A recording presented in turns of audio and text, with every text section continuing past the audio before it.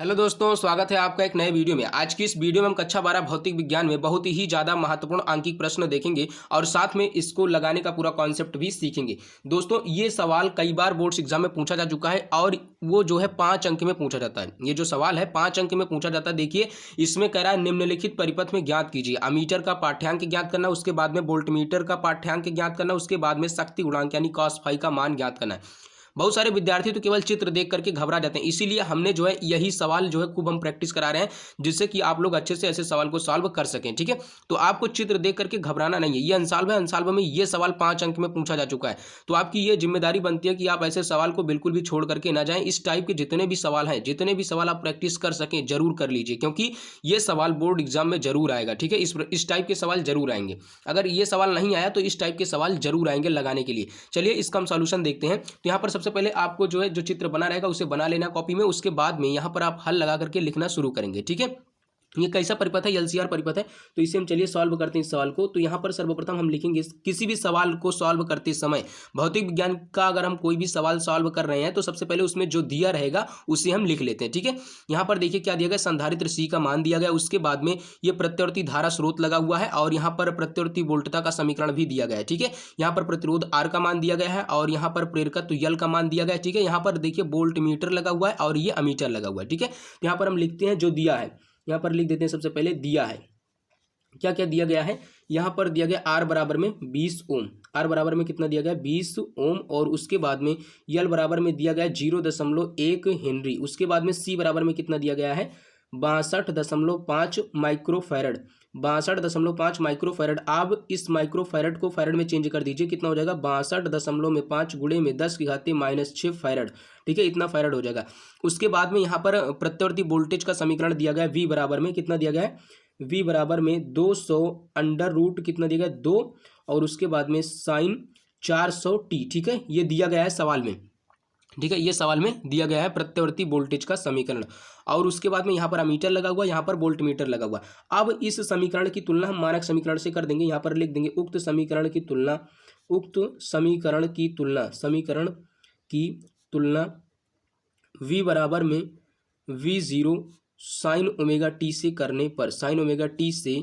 करने पर आप ऐसे लिख करके सवाल को लगाएंगे, जिससे कि आपको पूरे अंक मिल सके। ठीक है, करने पर तो यहाँ पर v0 का मान कितना आ जाएगा, v0 के स्थान पे क्या है, 200 अंडर रूट में 2 है ना, तो 200 रूट में 2 वोल्ट। ठीक है, फिर उसके बाद में ओमेगा का मान क्या आ जाएगा, 400 रेडियन प्रति सेकेंड। ठीक है, 400 रेडियन प्रति सेकेंड, ये आपका ओमेगा का मान आ जाएगा, रेडियन प्रति सेकेंड, ये ओमेगा का मान आ गया। ठीक है, अब उसके बाद में आपको क्या करना है, अगर देखिए आपको सवाल में कुछ नहीं आ रहा है तो सवाल को आपको जो है छोड़ करके नहीं आना है। क्या करना है, जो दिया गया कम से कम उसे तो लिख देंगे। अगर आप यहाँ तक लिख देंगे तो निश्चित रूप से आपको जो है, अगर 5 अंक का सवाल है तो 2 अंक, 2.5 अंक, 1.5 अंक इतना जरूर मिल जाएगा। ठीक है, तो प्रश्न को छोड़ करके नहीं आना, जो आएगा हमें जो है उसे लिख करके आना है। अगर कुछ नहीं आता तो जो दिया गया उसे तो लिख करके आएंगे ही। ठीक है, फिर उसके बाद में इसमें क्या पूछ रहा था, इसमें पूछ रहा है, अब इसमें पूछ क्या रहा है, अमीटर का पाठ्यांक ज्ञात कीजिए। ठीक है, क्या पूछ रहा है, अमीटर का पाठ्यांक ज्ञात कीजिए। तो अमीटर का पाठ्यांक हम कैसे ज्ञात करेंगे, अमीटर का पाठ्यांक ज्ञात करने के लिए हमें जो है प्रेरकत्व निकालना पड़ेगा। ठीक है, प्रेरण का प्रतिघात यक्ष्यल और धारिता का प्रतिघात यक्ष का मान ज्ञात करना पड़ेगा। ठीक है, तो यहाँ पर हम लिखेंगे यक्ष्यल बराबर में, ठीक है, प्रेरक प्रतिघात यक्ष्यल बराबर में क्या हो जाएगा, ओमेगा इंटू में यल होता है। ठीक है, यानी कि प्रेरकीय प्रतिघात यक्ष्यल बराबर में ओमेगा इंटू में यल। ओमेगा का मान कितना है, 400, तो 400 लिख दे रहे हैं, इंटू यल का मान कितना है, 0.1 हेनरी है। बराबर में कितना आ जाएगा, जब 0.1 से गुणा करेंगे 400 में तो दशमलव यहाँ खिसक जाएगा, कितना हो जाएगा, 40 ओम हो जाएगा। क्योंकि ये जो प्रेरकीय प्रतिघात होता है ये प्रतिरोध की भांति व्यवहार करता है, यानी कि धारा के मार्ग में अवरोध उत्पन्न करता है, इसलिए इसका मात्रक भी ओम होता है। जिस प्रकार से प्रतिरोध का मात्रक ओम होता है उसी प्रकार से यक्ष्यल का मात्रक भी क्या होता है, ओम होता है। उसके बाद में अब हम धारितीय प्रतिघात यक्ष का मान ज्ञात करेंगे। तो यक्ष सी बराबर में होता है सूत्र 1 में ओमेगा इंटू में सी होता है। ठीक है, तो 1 में ओमेगा का मान कितना है, ओमेगा का मान अभी हमने ज्ञात किया 400 है, इंटू सी का मान कितना है, सी का मान है 62.5 माइक्रोफैरड। ठीक है, माइक्रोफैरड को फैरड में हमने चेंज कर दिया तो कितना आ गया, 62.5 गुणे में 10⁻⁶ फैरड। ठीक है, अब इसे सॉल्व कर लेंगे तो यहाँ पर हो जाएगा 1, ठीक है, बटे में कितना हो जाएगा, 400 गुणे में 62.5। ठीक है, अब इस 10 के खाते जो -6 इसे ऊपर लेकर के जाएंगे, कितना हो जाएगा, 10 के खाते में +6 हो जाएगा। और जब +6 का मतलब क्या होता है, 1 लिखने के बाद में 6 जीरो। ठीक है, 10 के खाते अगर 6 है तो 1 लिखने के बाद 6 जीरो लिख देते हैं। ठीक है, 1 2 3 4 5 6 6 जीरो हो गए। अब यहाँ पर 2 जीरो से 2 जीरो क्या कर दिए, कैंसिल कर दिए। यहाँ पर दशमलव काटने के बाद में चलिए देखिए नीचे स्टेप करते हैं। यहाँ पर कितना हो जाएगा, 3 जीरो बचा, कितना 3 1 4 जीरो बचा, ठीक है। उसके बाद में कितना हो गया, 4 गुणे में कितना हो गया, 62.5 हो गया। एक अंक दशमलव यहाँ पर काट देते हैं, ऊपर जीरो बढ़ा देते हैं, ठीक है, समझ में आया। अब उसके बाद में कितना हो गया, देखिए यहाँ पर 1 लिखने के बाद में 5 जीरो, 3 4 5, ठीक है। अब उसके बाद में 4 से इसमें गुणा कर दीजिए, कितना होगा, 5 चौक 20 के जीरो हासिल कितना बचा 2, 4 दूनी 8, 8 दो कितना होगा 10, 10 का जीरो हासिल कितना बचा 1, 4 छंग कितना होगा 24, 24 से कितना हो जाएगा 25, 2 जीरो से 2 जीरो कैंसिल, 25 एक के 25, 25 चौको कितना हो जाएगा 100, एक जीरो बचा, एक जीरो लिख देंगे। यहाँ पर कितना आ गया 40 ओम आ गया, यानी कि जो यक्षसी का मान आया वो कितना आ गया 40 ओम आ गया। यक्षसी का मान कितना आ गया 40 ओम आ गया। अब इसके आगे सॉल्व करेंगे। अब हम ये यक्षल और यक्षसी का मान इसलिए ज्ञात करें क्योंकि हमें प्रतिबाधा का मान ज्ञात करना है। सवाल में प्रतिबाधा नहीं पूछा है, लेकिन जब अभी आप जो है वो निकालेंगे, जो है वोल्टमीटर का पाठ्यांक और अमीटर का पाठ्यांक, और अमीटर का जब आप पाठ्यांक निकालेंगे तो आपको जो है इसका जरूरत पड़ेगा, ठीक है, प्रतिबाधा का, तो इसीलिए हम निकाल रहे हैं इसका मान, ठीक है। अब उसके बाद में क्या करेंगे, प्रतिबाधा, परिपथ की प्रतिबाधा जेड बराबर में, यहाँ पर लिखेंगे परिपथ की प्रतिबाधा जेड बराबर में, परिपथ की प्रतिबाधा जेड बराबर, परिपथ की प्रतिबाधा जेड बराबर में अंडर रूट एलसीआर परिपथ के लिए प्रतिबाधा क्या होगी, प्रतिबाधा का सूत्र आर का स्क्वायर प्लस में यक्सएल माइनस में यक्ससी का होल स्क्वायर, ठीक है।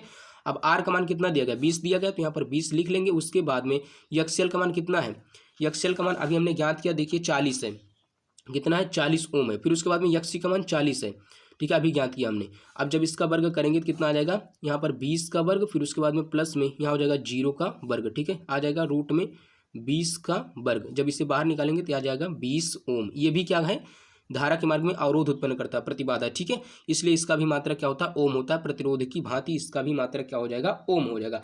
अब उसके बाद में आपका सवाल शुरू होता है यहाँ से, ठीक है। क्या ज्ञात करना है, सबसे पहले ज्ञात करना है अमीटर का पाठ्यांक, ए का मान ज्ञात करना है, ठीक है, अमीटर का पाठ्यांक ज्ञात करना है, ठीक है।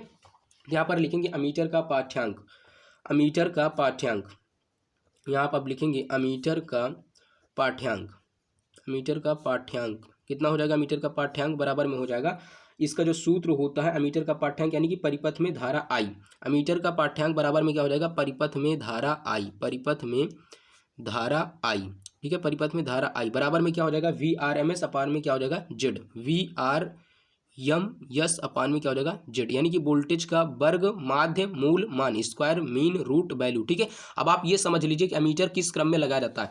अमीटर हमेशा किसी भी सर्किट में, किसी भी परिपथ में अमीटर जो है श्रेणी क्रम में लगाया जाता है। अमीटर क्या करता है, धारा के मान को मापता है, ठीक है। वोल्ट मीटर किस क्रम में लगाया जाता है, तो वोल्ट मीटर समांतर क्रम में लगाया जाता है।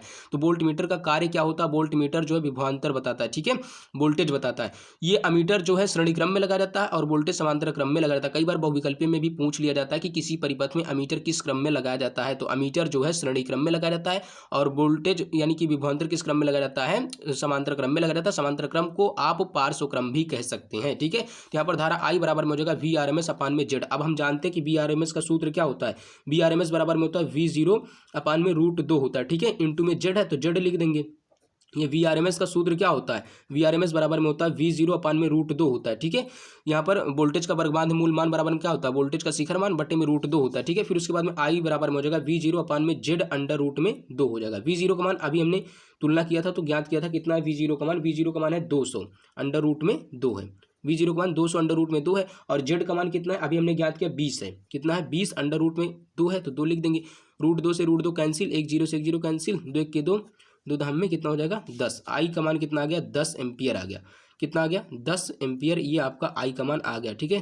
जो धारा का मात्रक होता है एम्पियर होता है, ठीक है। अब उसके बाद में क्या ज्ञात करना है आपको, उसके बाद में वोल्ट मीटर का पाठ्यांक ज्ञात करना है। वोल्ट मीटर का देखिए दूसरा नंबर, वोल्ट मीटर का पाठ्यांक ज्ञात कीजिए, ठीक है।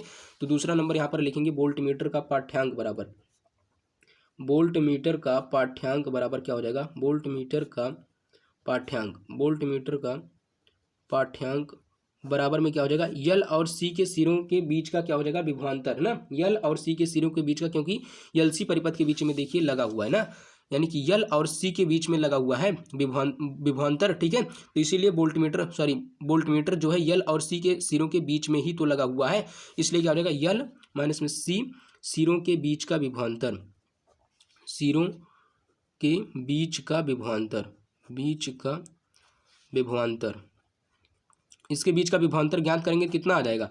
यल के मतलब क्या हुआ, यल का मतलब वी एल हो गया, ठीक है, माइनस में वी सी का मतलब क्या हो गया, वी सी हो गया, ठीक है। ये पाठ्यांक ज्ञात कर रहे हैं तो यहाँ पर क्या हो जाएगा, वी बराबर में क्या होता है आई इंटू आर होता है, तो यहाँ पर क्या हो जाएगा आई इंटू में क्या हो जाएगा यक्सियल हो जाएगा, आई इंटू यक्सियल हो जाएगा। और उसके बाद में माइनस में यहाँ पर क्या हो जाएगा आई इंटू में यक्स सी हो जाएगा। ध्यान से समझना, जैसे देखिए वी बराबर में होता है आई इंटू में आर होता है, ये भी प्रतिरोध का कार्य करता है और ये भी प्रतिरोध का कार्य करता है, समझ में आया। तो यहाँ पर आई कॉमन ले लेंगे, कितना हो जाएगा आई इंटू में क्या हो जाएगा यक्सियल माइनस में यक्स सी, ठीक है। तो यहाँ पर कितना हो जाएगा आई इंटू में क्या हो जाएगा, अब यहाँ पर आप मान रख दीजिए, आई का मान कितना है, आई का मान 10 है, तो आप 10 रख दीजिए, कितना है 10 एम्पियर है। उसके बाद में यक्सेल का मान कितना है 20 है, 40 है, यक्सेल का मान कितना है 40 है, माइनस में यक्सी का मान कितना है 40 है।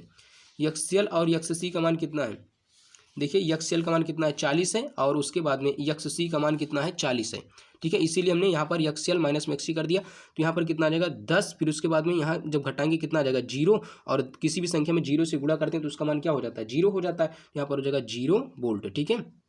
वोल्ट मीटर का पाठ्यांक कितना आ गया 0 वोल्ट। उसके बाद में इसमें पूछ रहा है कि उसका मान ज्ञात कीजिए, और तीसरा नंबर इसमें पूछ रहा है शक्ति गुणांक cos फाई का मान ज्ञात कीजिए। तो शक्ति गुणांक cos फाई के लिए हम सूत्र लगाएंगे, तीसरा नंबर देखिए, तीसरा नंबर शक्ति गुणांक cos फाई का मान ज्ञात कीजिए। शक्ति गुणांक cos फाई का मान इसमें जो है पूछ रहा है, ठीक है। शक्ति गुणांक cos फाई यहाँ पर देखिए तीसरा नंबर प्रश्न पूछ रहा है कि शक्ति गुणांक cos फाई का मान क्या होगा। तो शक्ति गुणांक cos फाई बराबर में क्या होता है आर अपान में जेड होता है, देखिए पूछ रहा है तीसरा नंबर प्रश्न, ठीक है। तो शक्ति गुणांक cos फाई का मान क्या हो जाएगा आर अपान में जेड हो जाएगा, बराबर में आर अपान में जेड। आर का मान कितना है, तो आर का मान यहाँ पर दिया गया है, आप देख लीजिए आर का मान कितना है 20 है, ठीक है। और उसके बाद में जेड का भी मान आप जो है 20 ज्ञात किए हुए हैं, तो यहाँ पर कितना आ जाएगा 1 आ जाएगा, ठीक है। यही आपका आंसर हो जाएगा। इस प्रकार से अगर आप सवाल को सॉल्व करेंगे तो निश्चित रूप से आपको पूरे अंक मिल जाएंगे प्यारे साथियों, ठीक है। और इसी प्रकार का वीडियो देखने के लिए आप चैनल के साथ में जुड़े रहें। एक बार आप चैनल की प्लेलिस्ट जरूर चेक कर लीजिएगा, क्लास 12 फिजिक्स के नाम से एक प्लेलिस्ट बना हुआ, वहाँ पर बहुत ज़्यादा महत्वपूर्ण प्रश्न हमने डिस्कस कर दिया ऑलरेडी, ठीक है। वीडियो देखने के लिए बहुत बहुत धन्यवाद। मिलेंगे किसी नेक्स्ट वीडियो में, तब तक के लिए जय हिंद, वंदे मातरम।